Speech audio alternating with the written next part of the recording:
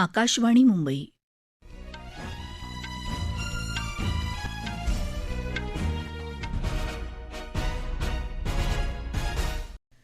राजश्री आगाशे राष्ट्रीय बातम्या देत आहे. ठळक बातम्या. पेट्रोल आणि डिझेलच्या दरात प्रति लिटर 90 पैसे वाढ. 5 देशांच्या दौऱ्याच्या चौथ्या टप्प्यात प्रधानमंत्री आज भारत नॉर्डिक शिखर परिषदेत सहभागी होणार. छत्तीसगडमध्ये जगदलपूर इथं केंद्रीय गृह आणि सहकार मंत्री अमित शहा यांच्या अध्यक्षतेखाली मध्य विभागीय परिषदेची उच्चस्तरीय बैठक सुरू. भटक्या कुत्र्यांना लसीकरण किंवा निर्बीजीकरणानंतर सोडून द्यावं ही मागणी सर्वोच्च न्यायालयानं फेटाळली. आणि माजी केंद्रीय मंत्री आणि उत्तराखंडचे माजी मुख्यमंत्री भुवनचंद्र खांडुरी यांचं निधन. पेट्रोल आणि डिझेलच्या दरात आज प्रति लिटर 90 पैसे वाढ झाली. एका आठवड्यापेक्षा कमी कालावधीतली ही दुसरी दरवाढ आहे. दिल्लीमध्ये आता पेट्रोलचा दर 98 रुपये 64 पैसे तर डिझेल 91 रुपये 58 पैसे. मुंबईत पेट्रोल 107 रुपये 59 पैसे आणि डिझेल 94 रुपये 8 पैसे. कोलकाता इथं पेट्रोल 109 रुपये 70 पैसे आणि डिझेल 96 रुपये 7 पैसे तर चेन्नईमध्ये पेट्रोल 104 रुपये 49 पैसे आणि डिझेलचा दर 96 रुपये 11 पैसे प्रति लिटर इतका आहे. अमेरिका आणि इस्रायलनं इराणमध्ये छेडलेला संघर्ष आणि त्यामुळे हॉर्मुझच्या सामुद्रधुनीतून होणाऱ्या तेल वाहतुकीत आलेला व्यत्यय यामुळे जगभरात कच्च्या तेलाच्या किमतीनं उसळी घेतल्याच्या पार्श्वभूमीवर ही दरवाढ झाली.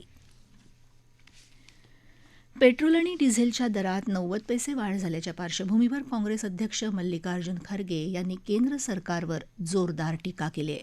सरकार जनतेची लूट करत असून विशिष्ट उद्योगपतींनाच सूट देत आहे असा आरोप त्यांनी केला. एका आठवड्याच्या आत दुसऱ्यांदा इंधन दर वाढ केली असून जनतेला काटकसरीचा सल्ला देऊन सरकार जनतेवर महागाईचा भार टाकत आहे अशी टीका खरगे यांनी समाजमाध्यमावर केली आहे. प्रधानमंत्री नरेंद्र मोदी सध्या 5 देशांच्या दौऱ्यावर असून दौऱ्याच्या चौथ्या टप्प्यात ते आज भारत नॉर्डिक शिखर परिषदेत सहभागी होणार आहेत. तंत्रज्ञान, नवीकरणीय ऊर्जा, संरक्षण, शाश्वतता आणि व्यापार यासारख्या क्षेत्रांमध्ये नॉर्डिक राष्ट्रांबरोबरची भारताची धोरणात्मक भागीदारी अधिक बळकट करणं हे या परिषदेचं उद्दिष्ट आहे. प्रधानमंत्री मोदी यांनी काल भारत नॉर्वे व्यापार आणि संशोधन परिषदेत दोन्ही देशांच्या अग्रगण्य उद्योगपती आणि संशोधकांना संबोधित केलं. उभय देशांमधल्या ऐतिहासिक आर्थिक संबंधांना एका नव्या उंचीवर नेण्याचा संकल्प त्यांनी यावेळी केला. भारतातले प्रतिभावान आणि महत्वाकांक्षी तरुण आणि गुंतवणूक स्नेही नियामक चौकटींमुळे नॉर्वेच्या कंपन्यांना मोठी संधी उपलब्ध आहे. उद्योजकांनी नॉर्वेचं विशेष कौशल्य आणि भारतातल्या हरित आणि नील अर्थव्यवस्थेतल्या संधींचा लाभ घ्यावा असं आवाहनही प्रधानमंत्र्यांनी केलं. 2030 पर्यंत भारतानं 5000 गिगावॅट स्वच्छ ऊर्जा निर्मितीचं उद्दिष्ट ठेवलं असून नॉर्वेनं यासाठी सहकार्य करावं असं प्रधानमंत्री म्हणाले. 2030 तक हमने 500 गीगावाट क्लीन एनर्जी और 5 million ton green hydrogen produce करने का टारगेट रखा है. Clean energy investment Norway wealth fund की भी प्राथमिकता है. मैं नॉर्वे को भारत के क्लीन एनर्जी फ्यूचर में अहम हिस्सेदार बनने के लिए आमंत्रित करता हूं. प्रधानमंत्र्यांनी नॉर्वेचे प्रधानमंत्री जोनास गहर स्टोर यांच्याशी शिष्टमंडळ स्तरावर चर्चा केली. स्वच्छ ऊर्जा क्षेत्रात सहकार्य वाढवणं, हरित धोरणात्मक भागीदारी दृढ करण्यावर दोन्ही नेत्यांनी सहमती दर्शवली. तसंच व्यापार आणि गुंतवणूक, नवीकरणीय ऊर्जा, विज्ञान आणि तंत्रज्ञान, नील अर्थव्यवस्था, चक्राकार अर्थव्यवस्था, कृत्रिम बुद्धिमत्ता, अंतराळ आदी क्षेत्रातलं सहकार्य वृद्धिंगत करण्याविषयी दोन्ही नेत्यांनी चर्चा केली.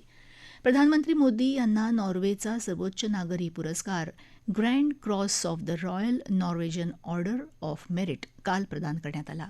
नॉर्वेचे महाराज राजे हेराल्ड 5वे यांनी एका विशेष सोहळ्यात त्यांना हा सन्मान प्रदान केला.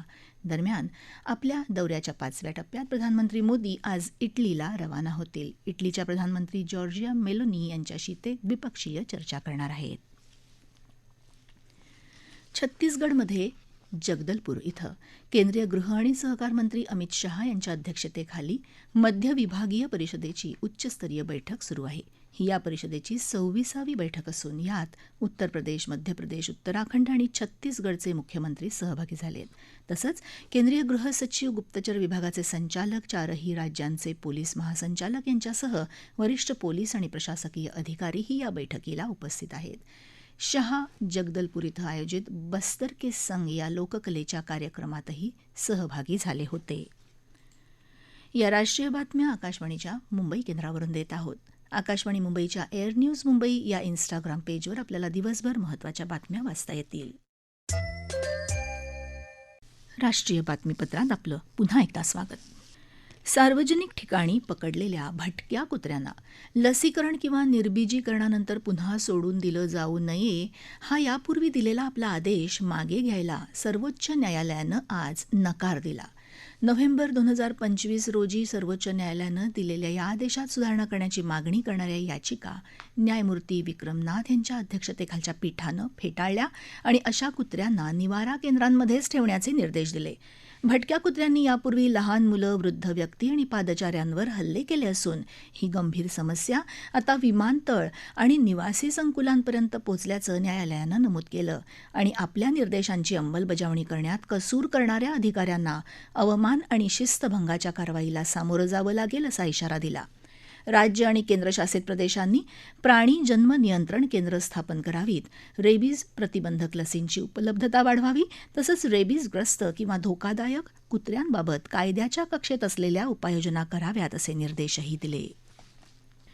देशातली सर्व प्रकारची न्यायाधिकरणं आणि समन्यायिक संस्थांचं कामकाज अखंडितपणे सुरू राहावं यासाठी सर्वोच्च न्यायालयानं आज न्यायाधिकरण आणि समन्यायिक संस्थांचे अध्यक्ष, सभापती आणि सदस्यांचा कालावधी 8 सप्टेंबरपर्यंत वाढवला.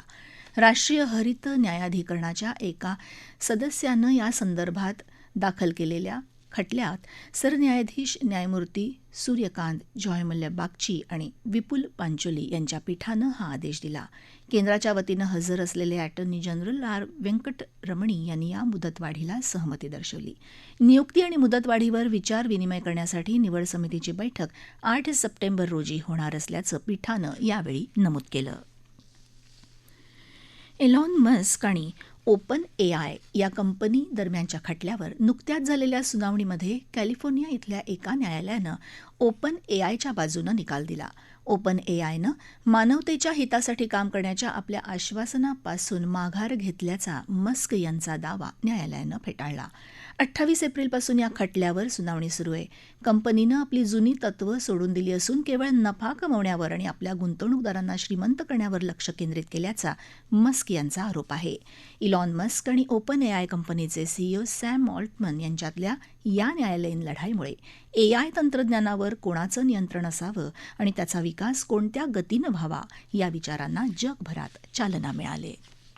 माजी केंद्रीय मंत्री आणि उत्तराखंडचे माजी मुख्यमंत्री भुवनचंद्र खांडुरी यांचं आज डेहराडून इथं प्रदीर्घ आजारानंतर निधन झालं. ते 91 वर्षांचे होते. 1954 मध्ये लष्करात दाखल होऊन ते 1991 मध्ये मेजर जनरल पदावरून निवृत्त झाले. 1983 मध्ये त्यांना अतिविशिष्ट सेवा पदकानं सन्मानित करण्यात आलं होतं. त्यानंतर त्यांनी राजकारणात प्रवेश करत गढवाल मतदारसंघाचं लोकसभेत प्रतिनिधित्व केलं. केंद्रीय रस्ते वाहतूक आणि महामार्ग खात्याचं मंत्रीपद त्यांनी सांभाळलं. राष्ट्रीय लोकशाही आघाडी सरकारच्या काळातला सुवर्ण चतुष्कोन प्रकल्प त्यांच्या कार्यकाळात साकार झाला.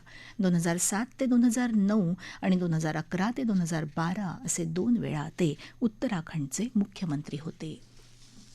मध्य प्रदेश आणि उत्तर प्रदेशात आज दिवसभर उष्णतेची तीव्र लाट राहील असा अंदाज आहे. आंध्र प्रदेशचा किनारपट्टी भाग आणि ओदिशामध्ये आज दिवसा उष्ण आणि दमट हवामान राहील, तर विदर्भ आणि राजस्थानात आज रात्री उष्णतेची लाट राहील असा हवामान विभागाचा अंदाज आहे.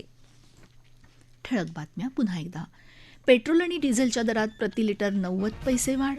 5 देशांच्या दौऱ्याच्या चौथ्या टप्प्यात प्रधानमंत्री आज भारत नॉर्डिक शिखर परिषदेत सहभागी होणार. छत्तीसगडमध्ये जगदलपूर इथं केंद्रीय गृह आणि सहकार मंत्री अमित शहा यांच्या अध्यक्षतेखाली मध्य विभागीय परिषदेची उच्चस्तरीय बैठक सुरू. भटक्या कुत्र्यांना लसीकरण किंवा निर्बीजीकरणानंतर सोडून द्यावं ही मागणी सर्वोच्च न्यायालयानं फेटाळली. आणि माजी केंद्रीय मंत्री आणि उत्तराखंडचे माजी मुख्यमंत्री भुवनचंद्र खांडुरी यांचं निधन. याबरोबरच आकाशवाणी मुंबई केंद्रावरचं हे राष्ट्रीय बातमीपत्र संपलं. पुन्हा भेटूया दुपारी 3 वाजता आकाशवाणी मुंबईच्या प्रादेशिक बातमीपत्रात. नमस्कार.